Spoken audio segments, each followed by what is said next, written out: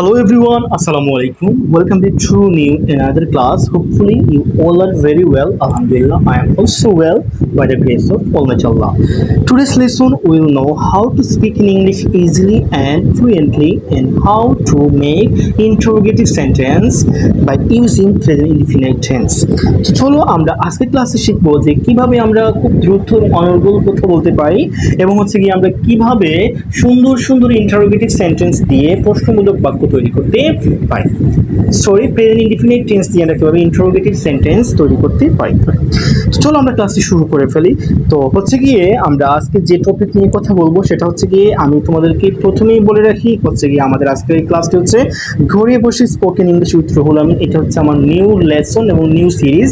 আপনারা যারা প্রথম থেকে একেবারে বেসিক থেকে এবং বিগিনার্স যারা আছেন ইংরেজিতে একেবারে কিচ্ছু চেনেন না, কিচ্ছু পারেন না, তো তাদের জন্য হচ্ছে গিয়ে আমার এই সিরিজটি স্টার্ট করা। আমরা অলরেডি 2টা ক্লাস করে ফেলেছি। যারা আমাদের ক্লাস 1 এবং ক্লাস 2 দেখেন নাই অবশ্যই আমাদের এই পেজে দেখবেন। পেজে আমাদের ভিডিওগুলো আপলোড দেওয়া আছে, ক্লাসগুলো অবশ্যই দেখবেন। I can challenge to all of you, যদি আপনারা আমার পুরো ক্লাসটি দেখেন প্রথম থেকে 1 থেকে যদি প্রত্যেকটা ক্লাস আপনারা কন্টিনিউয়াসলি দেখতে থাকেন তাহলে আমি আপনাদেরকে এটা খুব বেশি এনশিওর করতে পারি যে আপনারা অবশ্যই ইংরেজিতে খুব ভালো দক্ষ হবেন এবং আপনারা কথা বলতে পারবেন ইংরেজিতে। ওকে, তো চলো আমরা ক্লাসটি শুরু করি। যেহেতু আমরা আজকের লেসন হচ্ছে কীভাবে প্রশ্নবোধক বাক্য তৈরি করবো এবং কোন টেন্সের আলোকে, প্রেজেন্ট ইনডিফিনিট টেন্সের আলোকে। কারণ হচ্ছে কি আমরা গত ক্লাস থেকে আমরা কিন্তু কোন টেন্স নিয়ে কাজ করছি, প্রেজেন্ট ইনডিফিনিট টেন্স নিয়ে কাজ করছি। তো এখানে হচ্ছে কি আমি স্ট্রাকচার লিখে দিয়েছি যে ডু ভার্ব আমি তোমাদেরকে নিচে একটি এক্সাম্পল দিয়েছি, সেটা আমরা আগে দেখি। যেমন হচ্ছে কি তুমি বিদ্যালয়ে যাও। আমরা এখানে একটু হয়তো কি স্পেলিং মিস্টেক হয়েছে, আমরা এটা একটু কারেক্ট করে ফেলি। বিদ্যালয়ে হবে এখানে। ওকে, বিদ্যালয়ে, তুমি বিদ্যালয়ে যাও। ওকে, তো এই সেন্টেন্সটা আমরা এখানে দেখবো। এখন আমাকে একটু বলো তো যে তুমি বিদ্যালয়ে যাও, ওই সেন্টেন্সটিকে যদি আমরা প্রশ্নবোধক বাক্যে রূপান্তর করতে চাই বা প্রশ্নবোধক বাক্য তৈরি করতে চাই এই সেন্টেন্স দিয়ে, তাহলে কীরকম হবে? যে তুমি কি বিদ্যালয়ে যাও, এরকম না যে তুমি কি বিদ্যালয়ে যাও। আচ্ছা, ওকে, তুমি বিদ্যালয়ে যাও এটা হচ্ছে অ্যাসার্টিভ সেন্টেন্স, এটা হচ্ছে নর্মাল একটা সেন্টেন্স, জাস্ট আমরা অ্যান্সার দিলাম। আর হচ্ছে গিয়ে তুমি বিদ্যালয়ে যাও, এটা তুমি কি বিদ্যালয়ে যাও এটা হচ্ছে প্রশ্নবোধক বাক্য, রাইট? আচ্ছা, ওকে, তাহলে আমরা তুমি বিদ্যালয়ে যাও এইটা আমরা কোন স্ট্রাকচারে করব? এটা হচ্ছে গিয়ে আমরা ইউ গো টু স্কুল, হচ্ছে আমরা যে প্রেজেন্ট ইনডিফিনিট টেন্সের যে স্ট্রাকচার করেছিলাম, প্রথমে একটা সাবজেক্ট ইউজ করতে হয়, দেন আমরা কি ইউজ করি? ভার্বের present form. Okay, according to the subject আমরা এস বাই এস যোগ করি যদি সাবজেক্টটি থার্ড পারসন সিঙ্গুলার নাম্বারে হয়। আচ্ছা, তারপর আমরা অবজেক্ট ইউজ করি, তারপর এক্সটেনশন। সিমিলারলি এখানে at the same time same একটি জিনিস ঘটেছে। দেখো এখানে ইউ গো টু স্কুল, আমি এখানে ইউ সাবজেক্ট দিলাম, তারপর গো হচ্ছে গিয়ে ভার্বের প্রেজেন্ট ফর্ম, দেন আমরা আমাদের অবজেক্ট এক্সটেনশন ইউজ করেছি। আচ্ছা, তাহলে এটা হচ্ছে আমাদের একটা সেন্টেন্স। এখন ওই সেন্টেন্সকে আমি কি করব? প্রশ্নবোধক বাক্য তৈরি করবো। যেমন হচ্ছে কি তুমি কি বিদ্যালয়ে যাও, কি হবে? তুমি কি বিদ্যালয়ে যাও, এইটা এরকম তো হবে, রাইট? তাহলে তুমি কি বিদ্যালয়ে যাও, এইটা আমরা কিভাবে করব? দেখো আমি তোমাদেরকে পূর্বেই কিন্তু একটা স্ট্রাকচার দিয়েছিলাম, সেটা হচ্ছে গিয়ে আমরা প্রথমে প্রশ্নবোধক বাক্য বা ইন্টারোগেটিভ সেন্টেন্স তৈরি করতে হলে আমাদেরকে এই স্ট্রাকচারটি অ্যাপ্লাই করতে হবে। এটা হচ্ছে গিয়ে প্রথমে আমরা ডু ভার্ব ইউজ করবো। আমি এটা নিয়ে একটু এক্সপ্লেন করি, আপনারা ভালো করে একটু বোঝার চেষ্টা করবেন, মানে খুব ঠান্ডা মাথায় অ্যাটেনটিভলি আপনাদেরকে ক্লাসটি করতে হবে। ডু ভার্ব ইউজ করবো। এখন ডু ভার্ব কি? ডু ভার্ব হচ্ছে গিয়ে ডু, ডিড, ডাজ বা ডু, ডাজ, ডিড, এগুলো হচ্ছে ডু ভার্ব। এখন এইগুলো আমরা কেন ইউজ করব? দেখো আমরা যে সকল সেন্টেন্স, এক কথায় প্রেজেন্ট ইনডিফিনিট টেন্সে যতগুলো সেন্টেন্সেস রয়েছে ওই সকল সেন্টেন্সকে আমরা যদি প্রশ্নবোধক বাক্যে রূপান্তর করতে চাই তাহলে আমাদেরকে ডু ভার্ব ইউজ করতে হবে। কারণ আমরা এক কথায় অক্সিলিয়ারি ছাড়া আমরা কিন্তু কখনো কি করতে পারবো না? প্রশ্নবোধক বাক্য তৈরি করতে পারবো না। তাহলে আমাদেরকে প্রত্যেকটা সময় আপনারা হয়তো যখন পরবর্তী ক্লাসগুলো দেখবেন তাহলে অফকোর্স আপনারা বুঝতে পারবেন যে কেন আমি এখানে ডু ভার্ব ইউজ করেছি আর কেন আমি ওখানে ডু ভার্ব ইউজ করিনি। ঠিক আছে, দেখো প্রেজেন্ট ইনডিফিনিট টেন্সে আমাদেরকে ডু ভার্ব ইউজ করতে হয়। এখন ডু ভার্বের মধ্যে কোনগুলো ইউজ করবো আমরা? এখানে শুধুমাত্র প্রেজেন্ট টেন্সের ক্ষেত্রে আমরা ইউজ করব ডু অ্যান্ড, আমরা কি ইউজ করব? ডু অ্যান্ড ডাস। আমরা দুইটা এখানে স্ল্যাশ দিয়ে দিই, ডু ডাস। এই যে দুইটার মধ্যে থেকে একটা দিয়ে আমরা প্রশ্ন তৈরি করবো। ওকে, তাহলে আমরা কি বুঝতে পারলাম যে আমাদেরকে প্রথমে ডু ভার্ব ইউজ করতে হবে, ডু অথবা ডাজ, শুধুমাত্র প্রেজেন্ট ইনডিফিনিট টেন্সে আমাদেরকে ডু ডাজ দিয়ে প্রশ্ন করতে হয়। তারপর আমরা কি একটা সাবজেক্ট, যে সাবজেক্ট নিয়ে আমরা কথা বলবো ওইটা হচ্ছে আমরা সাবজেক্টটা দিয়ে দিব। তারপর কি একটা ভার্ব ইউজ করবো, যে ভার্বটা ছিল ওইটা। তারপর কি অবজেক্ট, এক্সটেনশন, এগুলো হচ্ছে আমাদের এডিশনাল থিং। তো আমরা এখানে এই সেন্টেন্সটা নিয়ে কাজ করি, তুমি কি বিদ্যালয়ে যাও। আচ্ছা, তো এখানে আমরা ডু এবং ডাজের মধ্যে থেকে কোনটা দিয়ে আমরা এই প্রশ্নটা করব। দেখো, আমি তোমাদেরকে বলেছিলাম আগে ক্লাসে যে থার্ড পারসন সিঙ্গুলার নাম্বার হচ্ছে হি শি ইট নাউন। শুধুমাত্র হি শি ইট নাউন ওই সকল সাবজেক্টের বেলায় আমরা ডাজ ব্যবহার করব। কি ব্যবহার করব? ডাজ। আমি এখানে আবারও লিখে দিচ্ছি, এখানে লিখে দিয়ে আমি আপনাদেরকে যে এখানে লিখে দিচ্ছি আমি যে যদি সাবজেক্ট থার্ড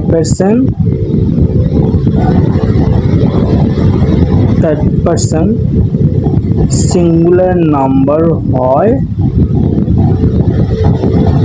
অর্থাৎ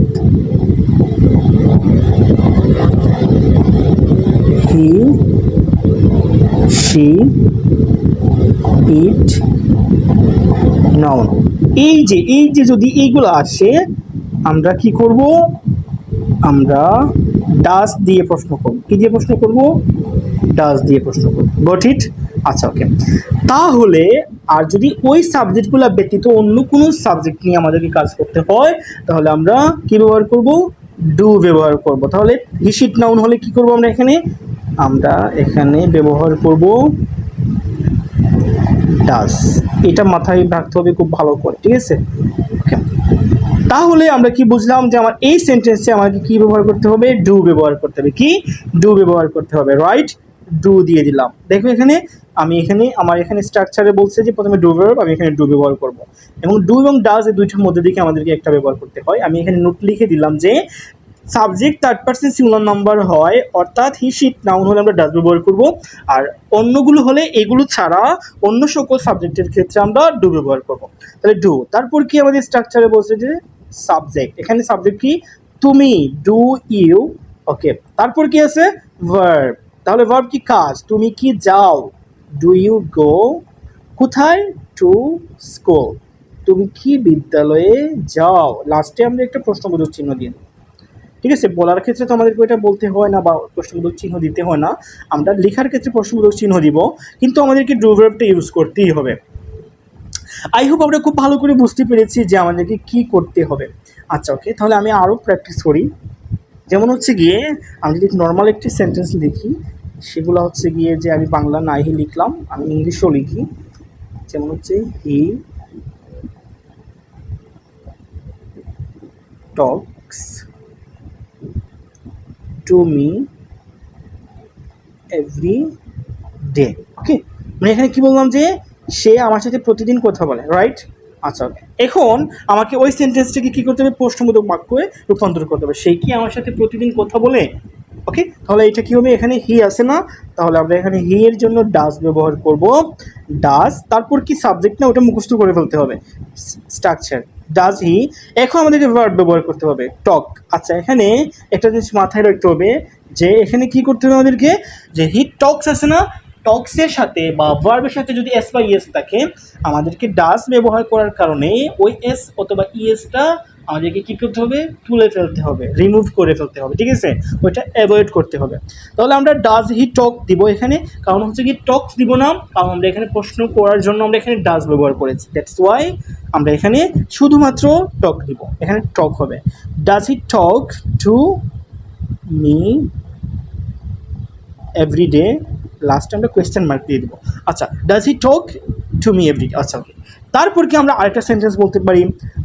আমরা এখানে কি বলবো? My brother help me. কি দিব আমরা? Help me. Okay, my brother help me. আচ্ছা, এখানে সেন্টেন্সটা কি শুদ্ধ হয়েছে? না, এখানে সেন্টেন্সটা শুদ্ধ হয় নাই। কারণ হচ্ছে কি আমরা পড়েছিলাম যদি subject third person singular number বা নাউন হয়, he she it noun, my brother একটা নাউন, প্রেজেন্ট ইনডিফিনিট টেন্সে আমাদেরকে এস বাই এস যোগ করতে হবে। এখন হচ্ছে আমাদের এটা কারেক্ট সেন্টেন্স। তাহলে মাই ব্রাদার হেল্পস মি, আমরা যদি হেল্প দিতাম তাহলে এটা ইনকারেক্ট হতো। আচ্ছা ওকে, তাহলে এখানে আমরা এটা প্রশ্ন করবো মাই ব্রাদার হচ্ছে এটা নাউন, তাহলে আমরা এখানে যেহেতু একটা নাউন ডাজ দিব, does my brother,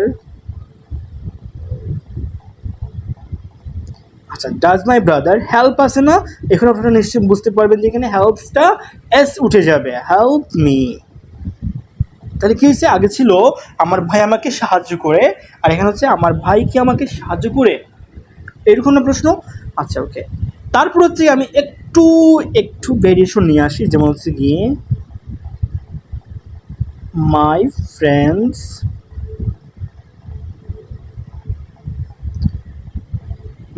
friends play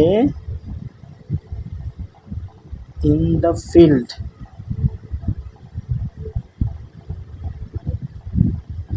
my friends play in the field. আচ্ছা আমাকে একটু বলবো যে এখানে কি হচ্ছে, আমি আপনাদেরকে বলে দিই যে মাই ফ্রেন্ডসের পর, মাই ফ্রেন্ডস তো হচ্ছে কি নাউন রাইট, তো এখানে মাই ফ্রেন্ডসের পর কেন প্লে এর সাথে এস যোগ হলো না, কারণ হচ্ছে গিয়ে থার্ড পার্সন সিঙ্গুলার নাম্বার না, এটা হচ্ছে third person plural number subject. তার যদি মাই ফ্রেন্ড শুধুমাত্র বলতো তাহলে, বা এটা যদি ইন্ডিকেট করা হতো তাহলে আমরা এখানে প্লে এর সাথে প্লেস দিতাম, যেহেতু এখানে অনেকগুলো বন্ধু বলছে এই জন্য আমরা এখানে, যদিও এটা থার্ড পার্সন বাট এটা প্লুরাল নাম্বার, দ্যাটস ওয়াই আমরা এখানে কি করব না, এস বাই এস যোগ করব না। তো যেখানে এইটা এখানে আমরা এস বাই এস যোগ করছি না, সেই জন্য আমরা আগেই বলেছিলাম যে হি শি ইট নাউন যদি সাবজেক্ট আসে তাহলেই কিন্তু আমরা কি করি, ডাজ দিয়ে প্রশ্ন করি। কিন্তু নাউনটা যদি একাধিক হয়, একটা না একাধিক হলে আমরা ডু দিয়ে প্রশ্ন করব। নাউনটা যদি একটা মাত্র নাউন না, একটা কোনো কিছুর একটা নাম বোঝায় তাহলে আমরা ডাজ দিব, আদারওয়াইজ আমরা একাধিক নামের ক্ষেত্রে আমরা এখানে ডু দিয়ে প্রশ্নটা করবো, এটা মাথায় রাখতে হবে। আমাদের কিন্তু মানে মোস্ট অফ দ্য স্টুডেন্টস মানে এই সমস্যাটি ফেস করে তারা অল দ্য টাইম। সো আমরা এই সমস্যাটি দূর করার জন্য কি করব, একটু প্র্যাকটিস করব বাড়িতে এই যে স্ট্রাকচার ওয়াইজ। তাহলে ডু দিব এখানে, ডু মাই ফ্রেন্ডস প্লে, এটা এখানে আমাদের তো যেরকম আছে এরকম থাকবে। দেখো আমি কীভাবে করছি, এটা আগে স্ট্রাকচার কী ছিল, ডু ভার্ব ব্যবহার করেছি প্রশ্নের ক্ষেত্রে। মাই ফ্রেন্ডস এখানে সাবজেক্ট দিলাম, তারপর আমি ভার্ব দিলাম, তারপর আমার হচ্ছে এক্সটেনশনগুলো দিয়ে দিব, ইন দ্য ফিল্ড,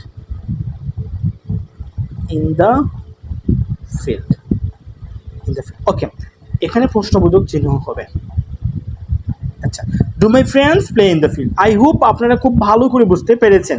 আচ্ছা ওকে, তো আমি এখানে আজকে যতগুলো এক্সাম্পল দিলাম বা যতগুলো বিষয় নিয়ে কথা বলেছি, এখানে আমি অনেকগুলো নোটও দিয়েছিলাম, যে নোটগুলো একটু মাথায় রাখবেন প্লিজ। যদি নোটগুলো একটু মাথায় রাখেন তাহলে কিন্তু আপনারা আপনাদের যে কনফিউশনগুলো আছে এগুলো দূর হবে। এই যে এখানে নোট দিয়ে দিলাম, এই যে কেন ডাজ হবে, কেন ডু হবে, কোন কোন সাবজেক্টের পর ডু হবে, কোন কোন সাবজেক্টের পর ডাজ হবে, আমি এক কথায় বলে দিয়েছি এখানে শর্টলি, যে হি শি ইট নাউন এই চারটা সাবজেক্টের পর আপনার যদি কোনো সাবজেক্ট আসে বা ব্যবহার করতে হয় তাহলে আপনি ডু ব্যবহার করবেন, but at the same time আপনি এখানে এই সাবজেক্টের বেলায় আপনি এখানে কী করবেন, ডু ব্যবহার করবেন। Got it? ওকে, তাহলে আমরা একটু প্র্যাকটিস করি। প্র্যাকটিস ক্লাস না হয়ে আমরা অন্য একদিন নিব, আগামী ক্লাসে প্র্যাকটিস করবো এই বিষয়গুলো নিয়ে, যেহেতু অনেকটা লং হয়ে যাচ্ছে ক্লাসটি। আজকের জন্য এতটুকু, নতুন ক্লাসে আবার দেখা হবে। আর অবশ্যই আপনারা কী করবেন, এই আমাদের ঘরে বসে spoken English with Ruhul Amin class 1, 2 of course দেখে ফেলবেন।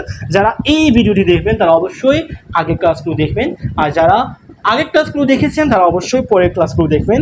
তারপর কি হচ্ছে, আমার মেন যে কথা সেটা হচ্ছে গিয়ে আপনারা অবশ্যই প্লিজ পেজ থেকে যদি দেখে থাকেন ভিডিও ক্লাস তাহলে পেজকে ফলো দিবেন, লাইক কমেন্টস এবং শেয়ার করে আমাদের সাথেই থাকবেন, স্পেশালি আমার সাথে থাকবেন, যাতে আমি আপনাদেরকে ইন্সপায়ার হয়ে নতুন নতুন কিছু দিতে পারি, আপনাদেরকে হেল্প করতে পারি। তারপর হচ্ছে গিয়ে আমাদের ইউটিউব চ্যানেল থেকে দেখে থাকলে অবশ্যই ইউটিউব চ্যানেলটি একটু সাবস্ক্রাইব করে দেবেন। আজকের জন্য এতটুকু, no more today, see you next class, আল্লাহ হাফিজ, আসসালামু আলাইকুম।